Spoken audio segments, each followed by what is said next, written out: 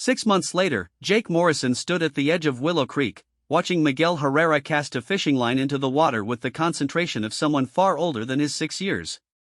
The boy had grown in the months since the accident, not just physically but emotionally. The nightmares had faded, replaced by dreams of horses and wide open spaces. Elena Herrera sat on a folding chair nearby, still moving slowly but smiling as she watched her son. Her recovery had been remarkable, though not complete. She tired easily, and her left arm remained partially paralyzed, but her mind was sharp and her spirit unbroken. More importantly, she and Miguel were together again, and they'd both found an extended family they never expected. "I think I felt something," Miguel called out, his voice carrying the excitement that Jake had come to associate with the boys' fishing expeditions. "Mr. Jake, come help me." Jake walked over and knelt beside Miguel, helping him steady the rod. Sure enough, there was a fish on the line, and it was putting up a good fight. Together, they worked to reel it in, Miguel's face glowing with concentration and joy. "Look, Mama! Look how big it is." Miguel held up a respectable bass, his first real catch after months of practice. Elena clapped her good hand against her knee, beaming with pride. "Muy bien, mijo. Your papa would be so proud." It had taken months for Miguel to be able to talk about his father without breaking down, but, with the help of counseling and the unwavering support of his extended family, he'd learned to remember Carlos Herrera with joy rather than just sadness.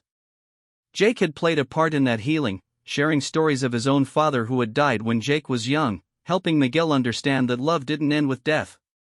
Sarah Morrison appeared on the creek bank, carrying a picnic basket and followed by Emma and Tommy, who had long since adopted Miguel as their unofficial little brother.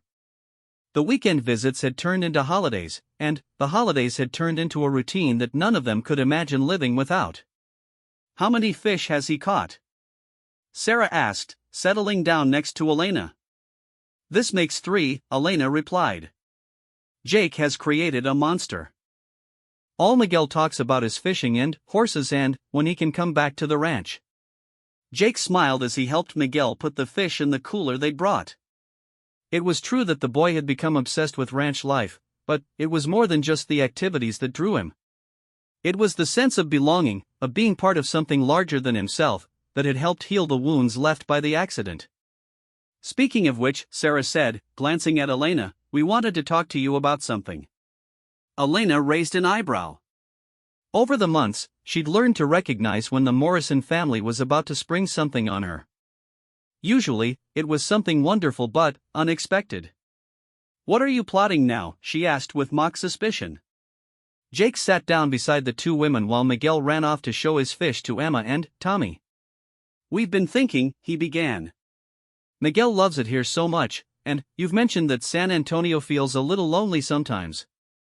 We want you to move closer," Sarah jumped in. "There's a house for rent in town, just 15 minutes from the ranch. It's small but perfect for the two of you, and there's a good elementary school for Miguel." Elena stared at them, speechless. The offer was generous beyond anything she'd expected, but it also represented a major life change. She'd lived in San Antonio for 40 years, ever since she'd married her late husband.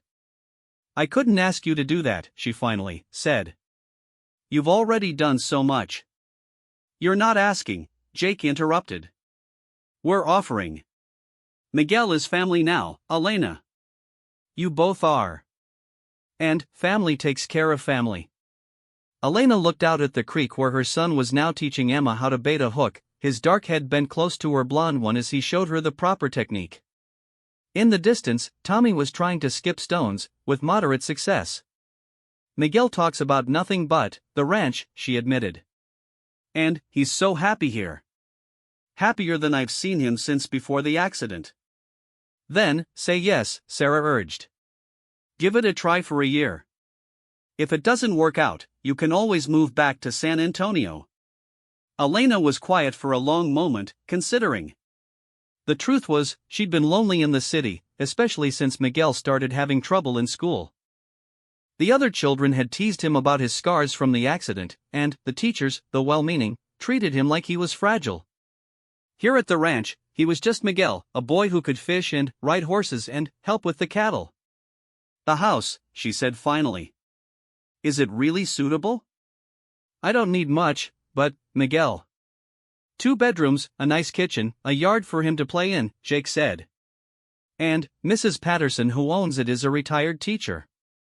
She'd love to have neighbors, especially ones with a young boy to spoil. Elena looked at her son again, watching him laugh at something Emma had said. She thought about Carlos, and what he would have wanted for their son. He'd always talked about wanting to raise Miguel somewhere with room to grow, somewhere he could learn about hard work and wide open spaces. Yes, she said quietly. Yes, we'll try it. Sarah clapped her hands together with delight, and Jake grinned broadly. Miguel's going to be over the moon, he said. When? Elena asked, starting to feel excited despite her nervousness about the change. The house is available next month, Sarah said. That gives us time to help you move and get Miguel enrolled in school here. The spring semester starts in January, so the timing is perfect. As if he'd heard his name, Miguel came running back to the adults, his face flushed with excitement. Mama! Mama! Emma says there's a swimming hole downstream where they go in the summer. Can we go see it? In a minute, Mijo, Elena said. First, I have something to tell you. How would you feel about moving closer to the ranch? Miguel's eyes went wide. Really? We could live near Mr. Jake and Miss Sarah? About 15 minutes away, Elena confirmed. You'd go to school here, and you could visit the ranch much more often. Miguel let out a whoop of joy and threw his arms around his mother, nearly knocking her off her chair. Then, he ran to Jake and hugged him just as fiercely. This is the best day ever, he declared. Can I tell Emma and Tommy? Go ahead, Elena laughed. But don't get too excited and fall in the creek. As Miguel raced off to share the news, Jake felt a deep sense of satisfaction settle over him. The journey that had started with a frightened child's cry for help had led to something none of them could have predicted. A family torn apart by tragedy had been rebuilt, stronger and more connected than before. You know, Elena said softly, I used to be angry at God for what happened to Carlos. For what happened to Miguel and me. But, sitting here, watching my son happy and whole, I think maybe God knew what he was doing after all. Jake nodded. I've learned not to question the way things work out. That morning when I heard Miguel calling for his mama, I thought I was just rescuing a kid from a creek. I had no idea I was gaining a son. And a daughter-in-law, Sarah added with a smile. Don't forget that Elena comes with the package. Elena laughed. You might regret that. I make very strong coffee, and I have opinions about everything. Perfect, Sarah said. I need someone to argue with about how to raise kids. Jake just agrees with whatever I say. Smart man, Elena replied. The afternoon passed quickly, filled with fishing, picnicking, and planning for the move. Miguel caught 2 more fish, Emma successfully baited her own hook, and Tommy managed to skip a stone 4 times, a new personal record. As the sun began to set, painting the creek in shades of gold and orange, the extended family packed up their gear and headed back to the ranch house. Miguel rode in Jake's truck, chattering nonstop about all the things he wanted to do once they moved closer. Will I get to help with the cattle? He asked for the 100th time. Some, Jake said. But school comes first. Education is important. I know. Mama always says that. But after school, I can help, right? After school, after homework, after chores, Jake confirmed. But, yes, there will always be work for willing hands. Miguel grinned and bounced in his seat. I can't wait. This is going to be the best thing ever. That evening, after Elena and Miguel had returned to San Antonio, Jake and Sarah sat on their porch watching the stars come out over the rangeland. It had been a long journey from that morning at Willow Creek to this moment, but every step had felt right, even when it had been difficult. Are we crazy? Sarah asked. Taking on this much responsibility? Probably, Jake admitted. But it's a good kind of crazy. Miguel needs us, and Elena needs us, and if I'm being honest, we need them too. The kids love having him around. Emma's already planning which room will be his when he sleeps over, and Tommy's been practicing his Spanish so he can talk to Elena better. Jake smiled. It's going to be good for all of them. Miguel's got such a good heart, and he's been through so much. Having him around will remind our kids not to take things for granted. They sat in comfortable silence for a while, each lost in their own thoughts. Finally, Sarah spoke again. You know what I think about sometimes? What would have happened if you hadn't been riding along the creek that morning? If you'd taken a different route, or left an hour later? Jake had wondered the same thing many times. Miguel's a fighter. He might have made it out on his own. Maybe. But probably not. And even if he had, he would have been alone in the world except for his grandmother. No extended family, no ranch to visit, no sense of belonging somewhere larger than himself. Jake nodded. It was true. The ripple effects of that morning had spread far beyond a simple rescue. Miguel had changed all of their lives, bringing them together in ways they never could have imagined. I keep thinking about something Miguel said a few weeks ago, Jake continued. He told me he thought his papa sent me to find him that morning. That Carlos was watching out for him from heaven. What do you think about that? Jake considered the question seriously. I think there are forces in this world we don't understand. Call it God, call it fate, call it whatever you want. But sometimes things happen that are too perfect, too well-timed to be mere coincidence. A month later, Elena and Miguel Herrera moved into their new home in town. The whole Morrison family helped with the move, along with several neighbors who had already embraced the newcomers. Miguel's excitement was infectious, and even the normally reserved Elena found herself caught up in the enthusiasm. The house was perfect for them, with a bedroom for each of them, a kitchen that got morning sunlight, and a yard that backed up to a pasture where horses grazed. Mrs. Patterson, their elderly landlady, lived next door and immediately appointed herself as Miguel's honorary grandmother.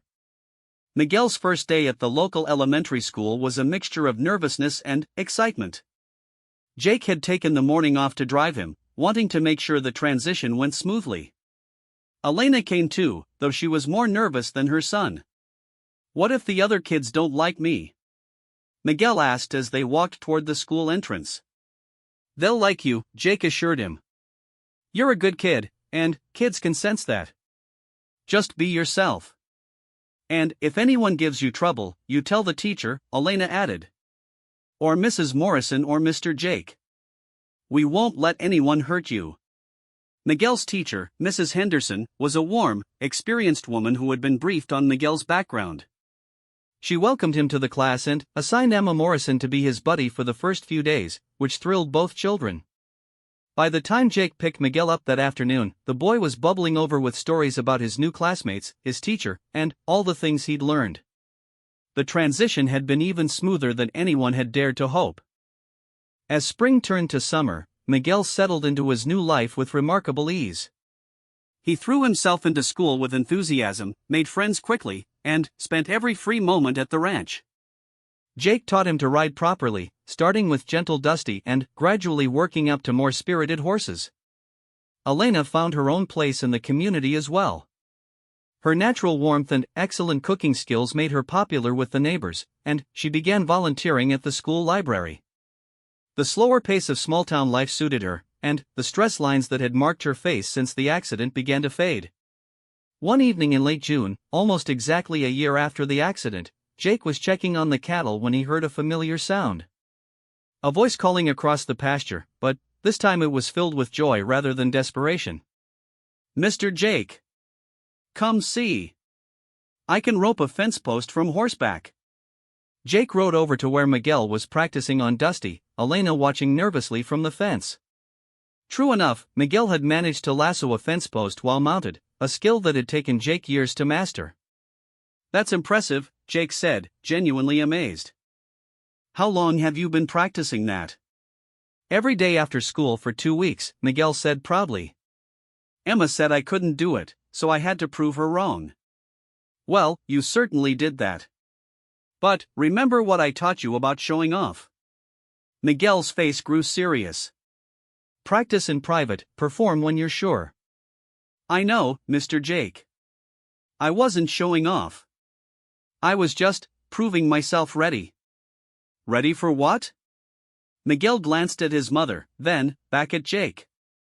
Ready to be a real cowboy. Like you. Jake felt his heart swell with pride and affection. Miguel, you've been a real cowboy since the day I met you. Being brave enough to hold on in that creek, being strong enough to handle everything that came after, being kind enough to love everyone who wanted to help you, that's what makes a real cowboy. But, I want to be just like you, Miguel insisted.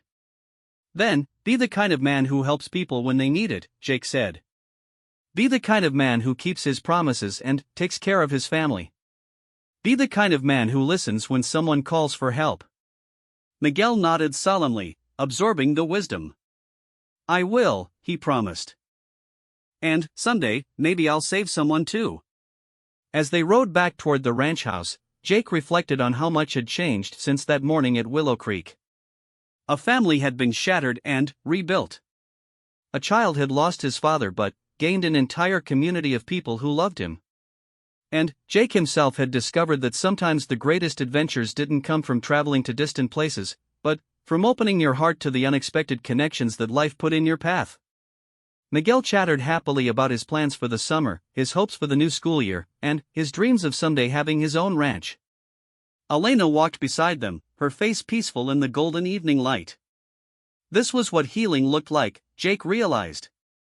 Not the absence of scars, but the presence of joy despite them. As they reached the ranch house, Sarah appeared on the porch with a pitcher of lemonade and the news that Elena's doctors had cleared her to return to work part-time if she wanted.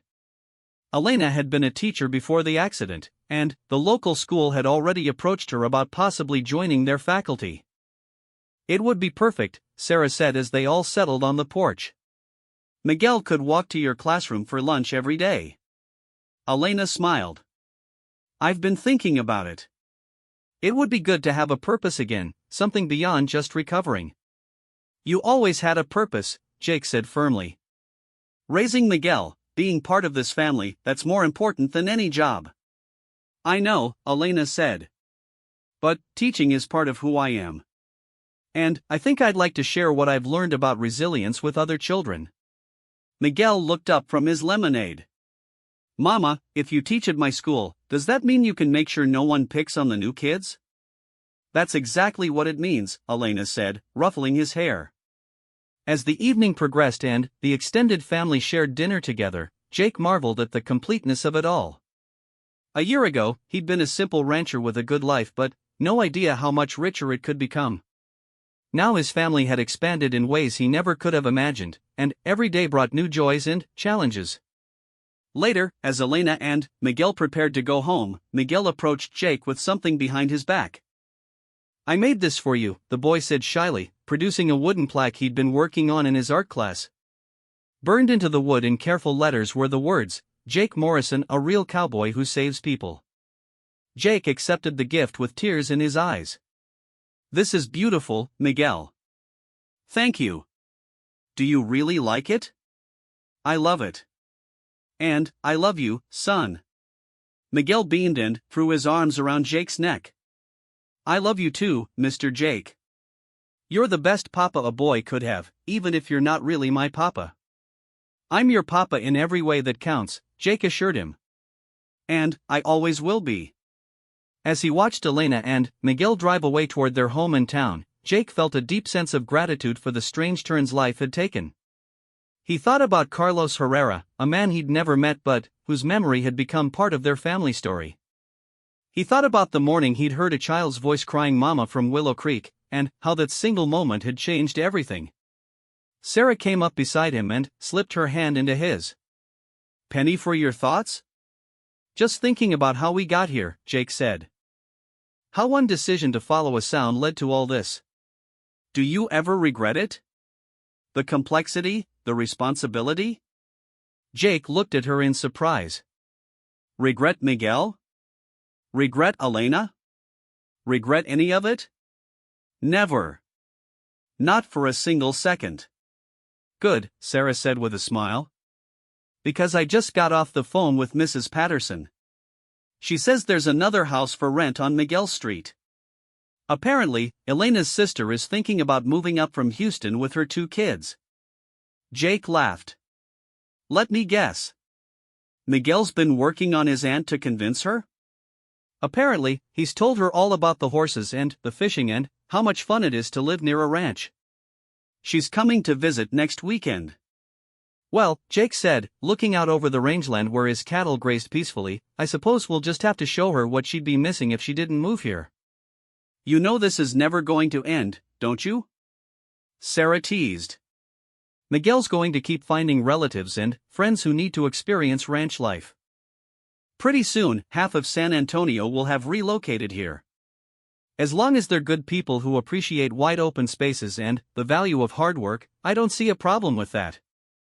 As they headed inside, Jake paused to hang Miguel's wooden plaque next to the frame drawing that had started it all.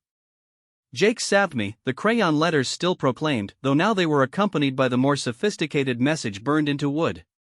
Both gifts represented the same truth, that sometimes the most important thing you can do is simply answer when someone calls for help.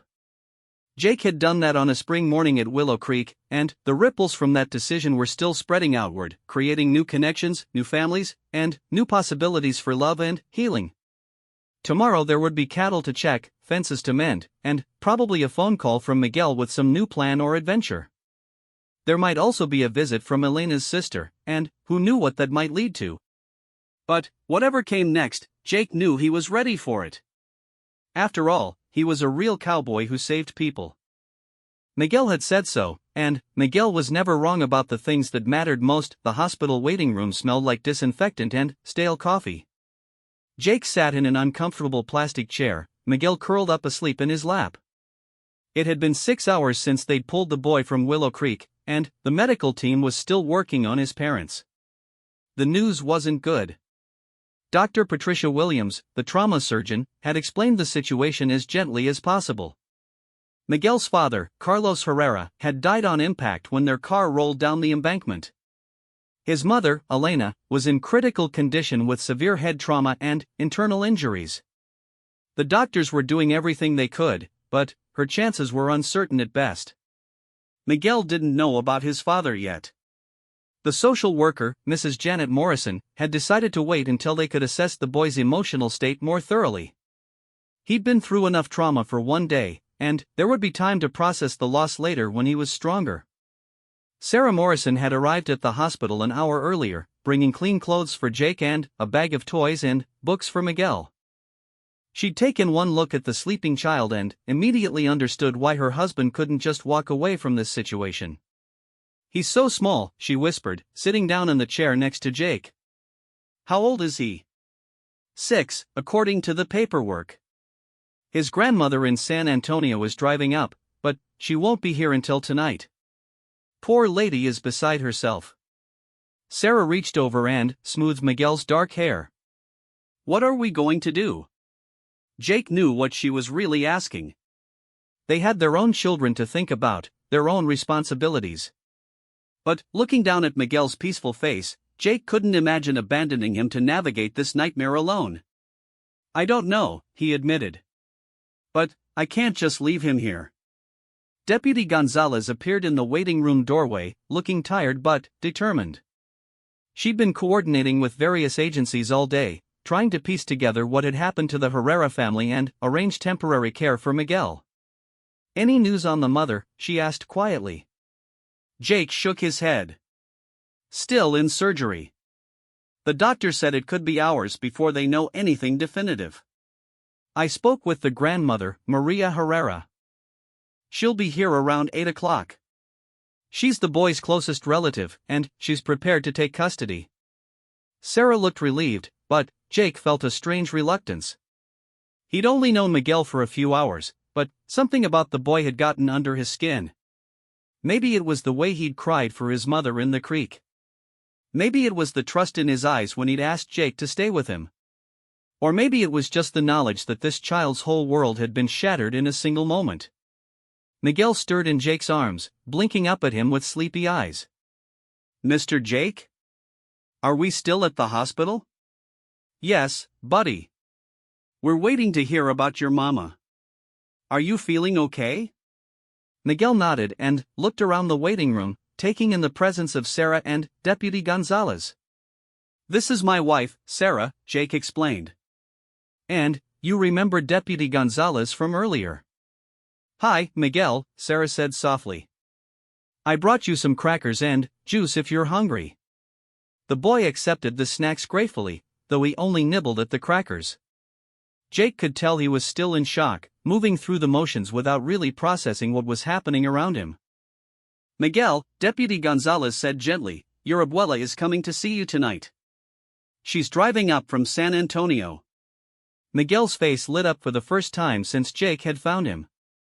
Abuela Maria? She makes the best tamales in the whole world. That's right. And, she's very excited to see you. As if summoned by their conversation, Dr. Williams appeared in the waiting room. Her scrubs were rumpled, and she looked exhausted, but her expression was cautiously optimistic. Miguel, she said, kneeling down in front of the boy, we've been taking very good care of your mama. She's very sick right now, but she's stable. Do you know what that means? Miguel shook his head. It means she's not getting worse. She's sleeping right now, and she'll probably sleep for a while as her body heals. But we think she's going to be okay. Jake felt a wave of relief wash over him. At least Miguel wouldn't lose both parents in one day. But he could see the concern in Dr. Williams' eyes, and he knew there was more to the story.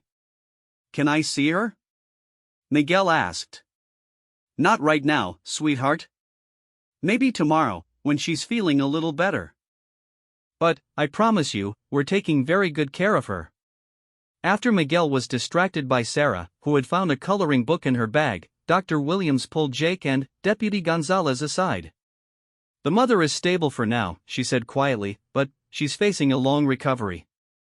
Traumatic brain injury, broken ribs, internal bleeding that we've managed to control. Even if she makes a full recovery, we're looking at months of rehabilitation. And if she doesn't make a full recovery? Deputy Gonzalez asked. Dr. Williams hesitated. It's too early to tell. Brain injuries are unpredictable. She could wake up tomorrow completely normal, or she could have permanent cognitive or physical impairments. We just have to wait and see. Jake felt his heart sink. Miguel had already lost his father, and now his mother's future was uncertain. Even in the best-case scenario, the boy was facing months of instability and upheaval. The grandmother, Jake said. Is she prepared for this? Taking care of a traumatized child while dealing with her own grief? I don't know, Deputy Gonzalez admitted. Mrs. Herrera is 72 years old, and she just lost her son. She wants to take Miguel, but whether she can handle everything he's going to need. The conversation was interrupted by Miguel's voice. Mr. Jake? Will you come visit me at Abuela's house? Jake looked down at the boy, who was holding up a drawing he'd made. It showed a man on a horse pulling a small figure out of blue water. At the top, in careful kindergarten letters, Miguel had written Jake saved me. Of course I will, Jake promised, though he wasn't sure how he was going to manage regular trips to San Antonio with his ranch responsibilities. Sarah caught his eye and smiled. She knew her husband well enough to recognize when he was forming an emotional attachment. Maybe Miguel could come visit us sometime too, she suggested. Emma and Tommy would love to meet him. Miguel's face brightened. Do you have horses at your house? We sure do, Jake said. And cattle, and chickens, and a dog named Rex who loves kids. For the next hour, Jake found himself telling Miguel stories about life on the ranch. The boy was fascinated by everything, asking detailed questions about the animals and what it was like to be a cowboy. Jake realized that in all the trauma of the day, this was the first time Miguel had seemed like a normal, curious 6-year-old. Around 7:30, Maria Herrera arrived at the hospital. She was a small, dignified woman with silver hair and kind eyes that were red from crying. When she saw Miguel, she dropped to her knees and pulled him into a fierce hug, speaking rapid Spanish between her tears. Miguel clung to his grandmother, and, for the first time all day, Jake heard him cry. really cry, not the desperate calls for his mother from the creek, but the deep, heartbroken sobs of a child who finally felt safe enough to let go. Jake and Sarah stepped back, giving the family space for their reunion. But Jake found himself reluctant to leave. He'd been Miguel's anchor all day, and walking away felt like abandoning him all over again. Mrs. Herrera looked up at Jake with tears streaming down her face. "You are the one who saved my nieto?" "Yes, ma'am." She stood up, still holding Miguel, and looked Jake directly in the eye. "How can I ever thank you?" "No thanks necessary," Jake said. "I'm just glad I was there." But Mrs. Herrera wasn't satisfied with that. She began speaking in rapid Spanish, too fast for Jake to follow with his limited vocabulary. Miguel translated, his voice still thick with tears. "Abuela says you're family now. She says anyone who saves her grandson is her family forever." Jake felt his throat tighten with emotion. "Tell your abuela that Miguel is a very brave boy, and she should be proud of him." As the evening wore on, arrangements were made for Miguel to go home with his grandmother. Social services would follow up to ensure he was adjusting well, and there would be counseling to help him process the trauma. Mrs. Herrera gave Jake her phone number and address, making him promise to stay in touch. "Miguel will need friends," she said in careful English. "Good men who show him how to be strong." When it came time to say goodbye, Miguel threw his arms around Jake's neck and held on tight. "Thank you for finding me," he whispered. "Thank you for staying with me." "You're going to be okay," Jake told him. "Your abuela loves you very much, and you're going to have a good life with her. And remember, if you ever need anything, you can call me." Miguel nodded solemnly, then reached into his pocket and pulled out the drawing he'd made. "This is for you," he said, handing Jake the picture of the rescue. "So you remember me." Jake took the drawing carefully, as if it were made of gold. "I could never forget you, Miguel. You're going to be in my thoughts every single day." As they watched Mrs. Herrera and Miguel walk toward the hospital exit, Sarah slipped her hand into Jake's. "You did a good thing today," she said softly. "It doesn't feel finished," Jake replied. "That little boy has a long road ahead of him. Then, maybe we'll walk part of it with him." Jake looked at his wife, seeing the determination in her eyes that he'd fallen in love with 20 years ago. "What are you thinking?" "I'm thinking Emma and Tommy could use a little brother to visit sometimes. I'm thinking a boy who's been through what Miguel has been through needs all the family he can get. And I'm thinking you're not going to be able to sleep at night unless you know he's okay." Jake smiled for the first time all day. Sarah was right, as usual. This wasn't the end of the story. It was just the beginning of something new, something unexpected, something that had started with a cry for help from Willow Creek. Over the next few weeks, Jake found himself thinking about Miguel constantly. He called Mrs. Herrera every few days to check on how the boy was adjusting. The news was mixed. Miguel was having nightmares, refusing to eat much, and asking constantly about his mother, who remained in a medically induced coma while her brain healed. True to his word, Jake drove down to San Antonio the following Saturday. Mrs. Herrera lived in a neat little house in a neighborhood full of families with children. Miguel ran out to meet Jake's truck before he'd even turned off the engine. "Mr. Jake! Mr. Jake! I knew you'd come." Jake spent the afternoon playing with Miguel in the backyard, teaching him how to throw a rope and telling him more stories about ranch life. Mrs. Herrera served them lunch and watched with gratitude as her grandson laughed for the first time since the accident. "He asks about you every day," she told Jake. "You gave him hope when he had none." When it was time to leave, Miguel walked Jake to his truck. "Will you come back next week?" "I'll try," Jake promised. "But, Miguel, I want you to know something. You're going to have good days and bad days for a while. That's normal after something scary happens. But you're safe now, and you're loved, and things are going to get better." Miguel nodded seriously. "Abuela says Mama might wake up soon." "I hope she does. And when she's better, maybe you can both come visit the ranch." The boy's eyes lit up with excitement at the prospect, and Jake realized he'd just made another promise he intended to keep. Whatever it took, however long it took, he was going to be part of Miguel's life.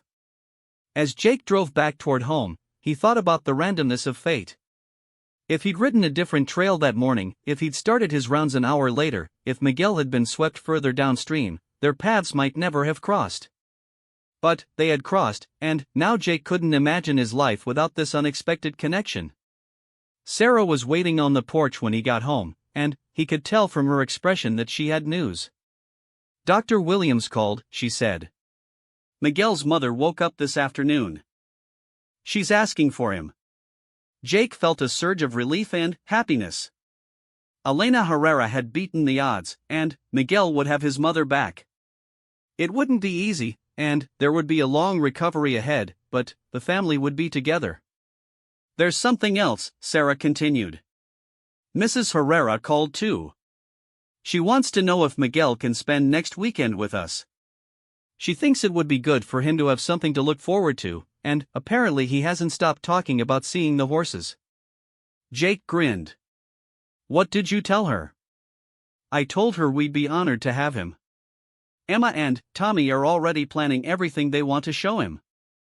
As the sun set over the Texas rangeland, Jake sat on his porch and looked out over the pastures where his cattle grazed peacefully. Willow Creek wound through the distance, its waters calm and clear. It was hard to believe that just a week ago, those same waters had nearly claimed a small life. But they hadn't. Miguel had survived, his mother was recovering, and somehow, in the midst of tragedy, new connections had been forged. Jake thought about the drawing Miguel had given him, now framed and hanging in his office. "Jake saved me," it said in crooked letters. But Jake was beginning to think it might have been the other way around. Maybe Miguel had saved him, showing him that life could change in an instant, that a single act of courage could ripple outward in ways you never expected, and that sometimes the most important thing you could do was simply be there when someone needed you most. The sound of Sarah calling him in for dinner brought Jake back to the present. Tomorrow there would be cattle to check, fences to mend, and all the usual responsibilities of ranch life. But there would also be phone calls to San Antonio, plans for Miguel's visit, and the quiet satisfaction of knowing that when he'd heard that desperate cry from Willow Creek, he'd answered it in a way that mattered. Some rescues, Jake realized, went both ways.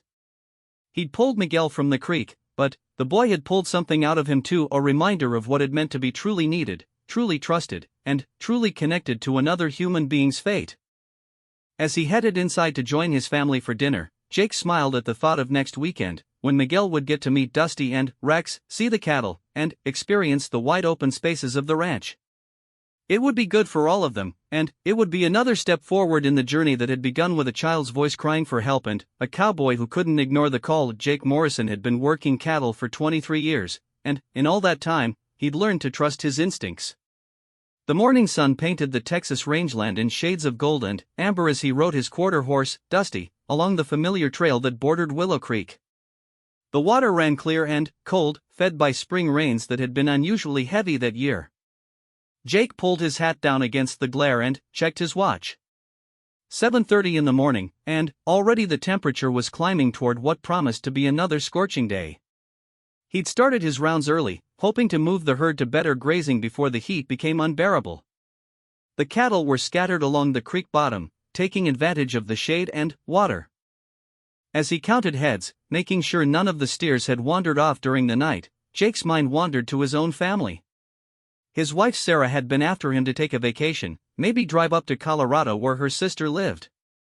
Their two kids, Emma and little Tommy, had never seen mountains covered in snow. Jake had promised they'd go after the fall roundup, when the ranch work slowed down for winter. The sound came just as he was thinking about those snow-covered peaks. A voice, faint but clear, drifting up from the creek below. "Mama! Mama, help me!" Jake's head snapped up, his hand instinctively going to the reins. Dusty's ears pricked forward, alert to his rider's sudden tension. The voice was young, desperate, and it was coming from somewhere along the creek bank where the water curved around a stand of cottonwood trees. Without hesitation, Jake spurred Dusty down the gentle slope toward the water. His heart pounded as he strained to hear the voice again. Children didn't belong out here alone, especially not this far from any houses.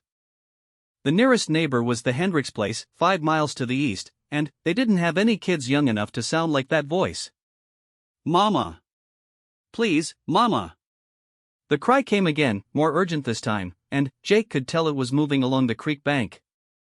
He pushed Dusty faster, weaving between the mesquite bushes and jumping a fallen log that blocked their path. As they rounded the bend, Jake saw something that made his blood run cold. About 50 yards downstream, a small figure was clinging to a partially submerged tree branch that stretched out over the creek. The spring rains had swollen the normally gentle stream into a rushing current that tugged relentlessly at the child's legs. Jake's training kicked in immediately. He'd been a volunteer firefighter before moving to ranch work full-time, and water rescues were something he'd practiced countless times. But practice was different from the real thing, especially when it involved a child who couldn't have been more than 6 or 7 years old. He jumped down from Dusty and quickly tied the horse's reins to a sturdy mesquite branch. The creek was about 15 feet wide at this point, with banks that dropped off sharply on both sides. The water was moving fast enough that Jake could hear it gurgling around rocks and fallen branches. One wrong step, and both he and the child could be swept downstream where the creek deepened into pools that were well over his head. "Hey there, buddy!" Jake called out, trying to keep his voice calm and reassuring. "I'm coming to get you, okay?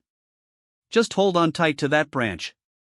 The little boy's head turned toward him, and Jake could see the terror in his dark eyes. The child's black hair was plastered to his head, and his lips were already turning blue from the cold water. He couldn't have been in the creek very long, but hypothermia could set in quickly, especially in a child that small. "My mama," the boy gasped between chattering teeth. "I can't find my mama." "We'll find her," Jake promised, though he had no idea where the child had come from or how he'd ended up in the creek. "Right now, I need you to keep holding on. Can you do that for me?" The boy nodded, though Jake could see that his grip on the branch was weakening. The current was strong enough that it kept trying to pull his small body downstream, and his arms had to be getting tired from fighting it. Jake looked around quickly, assessing his options. He could try to wade in, but the current might be too strong, and he couldn't risk both of them being swept away. His rope was still attached to his saddle, but Dusty was too far away, and he didn't want to leave the boy alone even for the few seconds it would take to retrieve it. Then, he remembered the emergency kit he always carried in his saddlebags. Sarah had insisted on it after a friend's husband had been thrown from his horse and broken his leg miles from help. The kit included a compact emergency rope, waterproof matches, and a thermal blanket. "I'll be right back," he called to the boy. "Don't let go." Jake ran back to Dusty, his boots slipping on the damp creek bank. He fumbled with the saddlebag clasps, his hands shaking slightly from adrenaline. The emergency rope was coiled neatly in a waterproof bag, along with the other supplies. It wasn't long enough to reach the boy from the bank, but if he could find something to anchor it to, he might be able to wade partway into the creek safely. As he jogged back toward the water, rope in hand, Jake heard the boy's voice again, weaker this time. "Mama? Where are you, Mama?" The sound broke Jake's heart. Whatever had happened to separate this child from his mother, Jake was now the boy's only hope. He couldn't let him down. Looking around for an anchor point, Jake spotted a large boulder about 10 feet from the creek bank. If he could tie one end of the rope around the boulder and the other around his waist, he'd have a safety line that would let him wade into the current without being swept away. He worked quickly, his fingers moving with practiced efficiency as he tied a bowline knot around the boulder. The rope was 30 feet long, which should give him enough slack to reach the boy while still maintaining a safety margin. He tied the other end around his waist with a figure-8 knot, double-checking to make sure it would hold his weight. "Okay, son, I'm coming in now," Jake called out. "You're doing great. Just keep holding on." The water was shockingly cold as Jake stepped into the creek. Even though it was summer, the water came from mountain springs and underground sources that never warmed up much. He could feel the current immediately trying to push him sideways, but the rope held firm. Step by step, Jake worked his way toward the boy.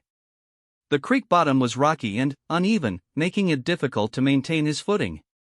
Twice he slipped and had to catch himself, the rope going taut as the current tried to sweep him downstream. When he was about 5 feet away, Jake could see that the boy was fading fast. His grip on the branch was slipping, and his eyes were starting to look unfocused. Jake knew he had to move fast. "Hey, buddy, what's your name?" Jake asked, hoping to keep the boy conscious and focused. "Miguel," the child whispered. "My name is Miguel." "Well, Miguel, I'm Jake, and I'm going to get you out of here. But I need you to listen to me very carefully, okay?" Miguel nodded weakly. "I'm going to grab you, and then we're going to go to shore together. But when I grab you, you might feel like you're sinking for just a second. Don't panic, okay? I've got you." Jake reached out carefully, making sure he had solid footing before committing to the grab. The current was strong enough that once he let go of his handholds, he'd be completely dependent on the rope to keep them both from being swept away. In one smooth motion, Jake grabbed Miguel around the waist and pulled him away from the branch. The boy's weight immediately put additional strain on the rope, and Jake felt himself being pulled downstream. But the knots held, and Jake was able to use the rope to pull them both back toward shore. Miguel coughed up creek water as Jake carried him to the bank, his small body shivering violently. Jake quickly untied the thermal blanket from his belt and wrapped it around the boy, rubbing his arms and back to try to warm him up.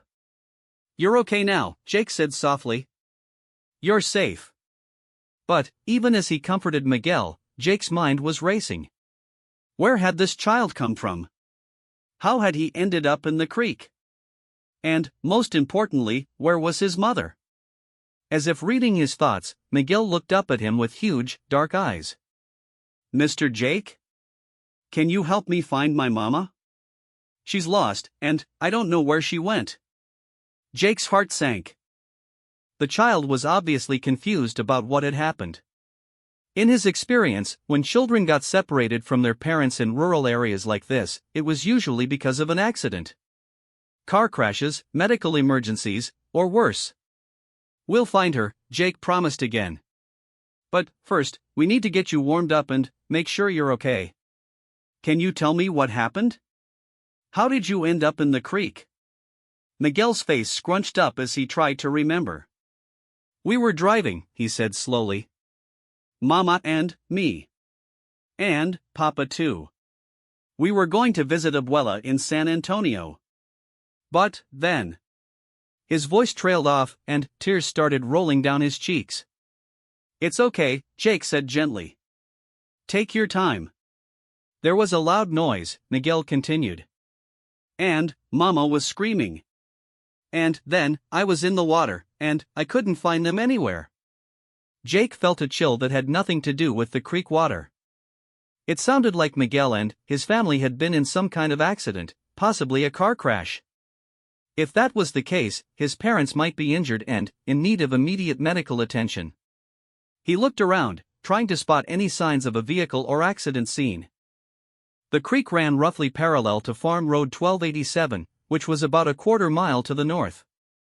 If a car had gone off the road during the night or early morning, it was possible that Miguel had wandered away from the crash site and somehow ended up in the creek. "Miguel, do you remember which direction you came from?" Jake asked. The boy pointed vaguely toward the north, in the general direction of the farm road. "That way, I think. But everything looks the same." Jake made a quick decision. He needed to get Miguel to safety and call for help, but he also needed to search for the boy's parents. If they were injured and trapped in a vehicle somewhere, time could be critical. He picked up Miguel, who weighed no more than 50 pounds, and carried him back to where Dusty was waiting. The horse was calm, used to unusual situations from years of ranch work. Jake managed to boost Miguel up into the saddle and then climbed up behind him. "We're going to ride back to my truck," Jake explained. "I've got a phone there, and we can call some people to help us find your mama and papa." As they rode toward the ranch headquarters, Jake kept scanning the landscape for any signs of an accident. Smoke, broken glass, tire tracks in the dirt, anything that might indicate where Miguel's family was. But the rangeland stretched out empty and peaceful in all directions. Jake's truck was parked near the cattle pens, about a mile from where he'd found Miguel. His cell phone was on the seat, and he was relieved to see that he had a strong signal. Living and working in rural areas had taught him never to take cell coverage for granted.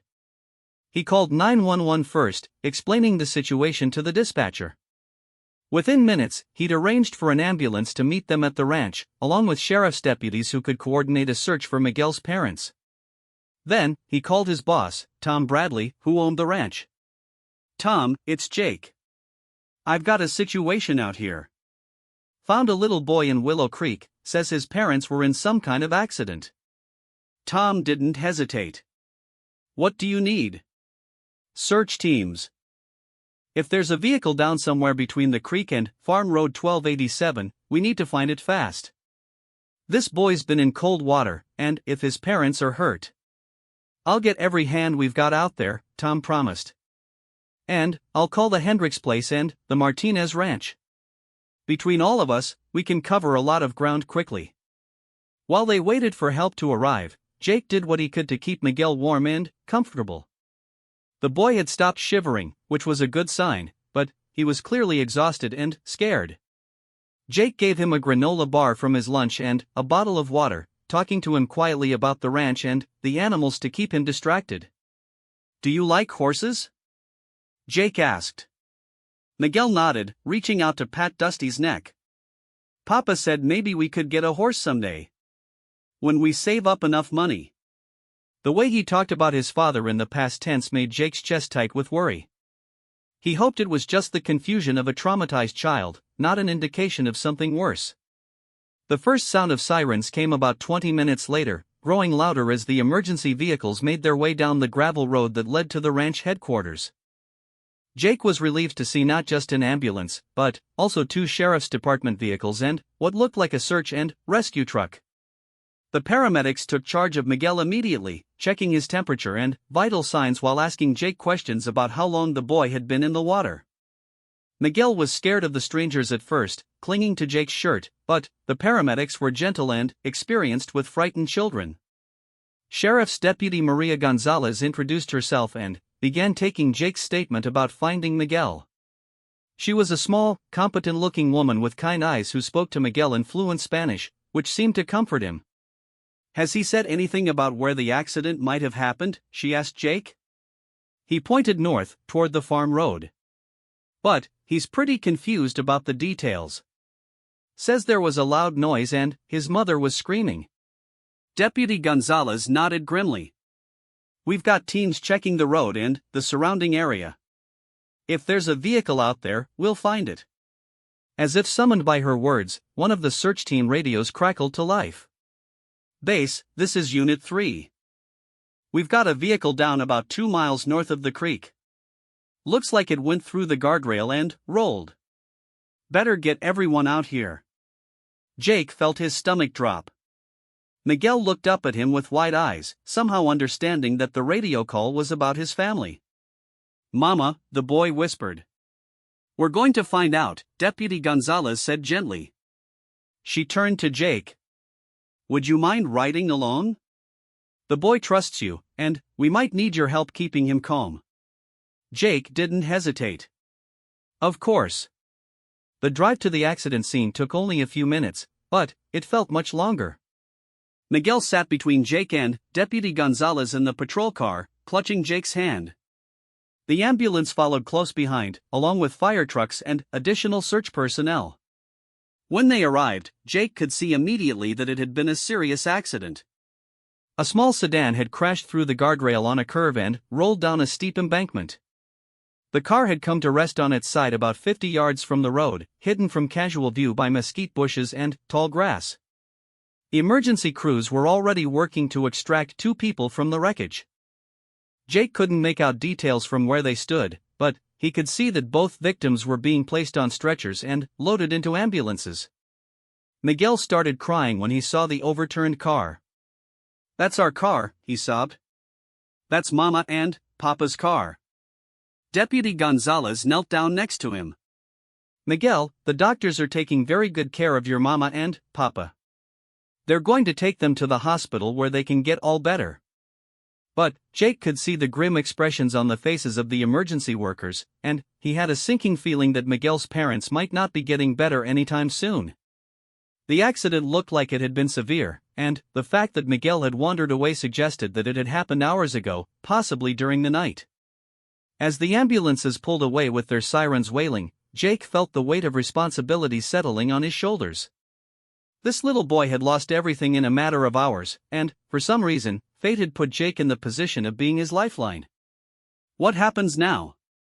Jake asked Deputy Gonzalez. Social services will take custody temporarily while we try to locate other family members, she explained. Miguel mentioned his grandmother in San Antonio.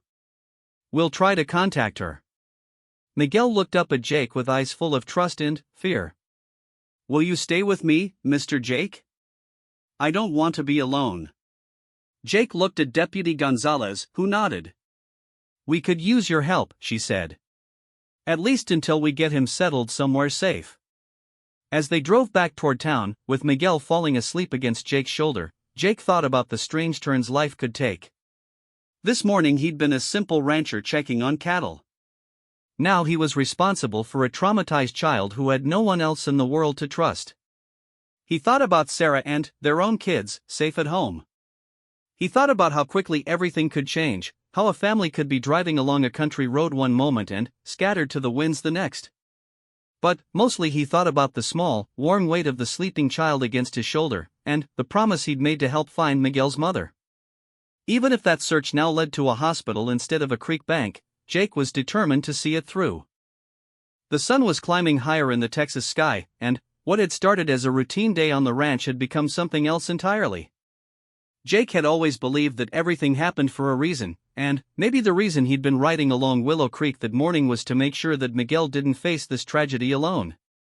Whatever came next, Jake knew his life had been changed by the sound of a small voice crying "Mama" from the creek. And he was determined to make sure that cry wasn't made in vain.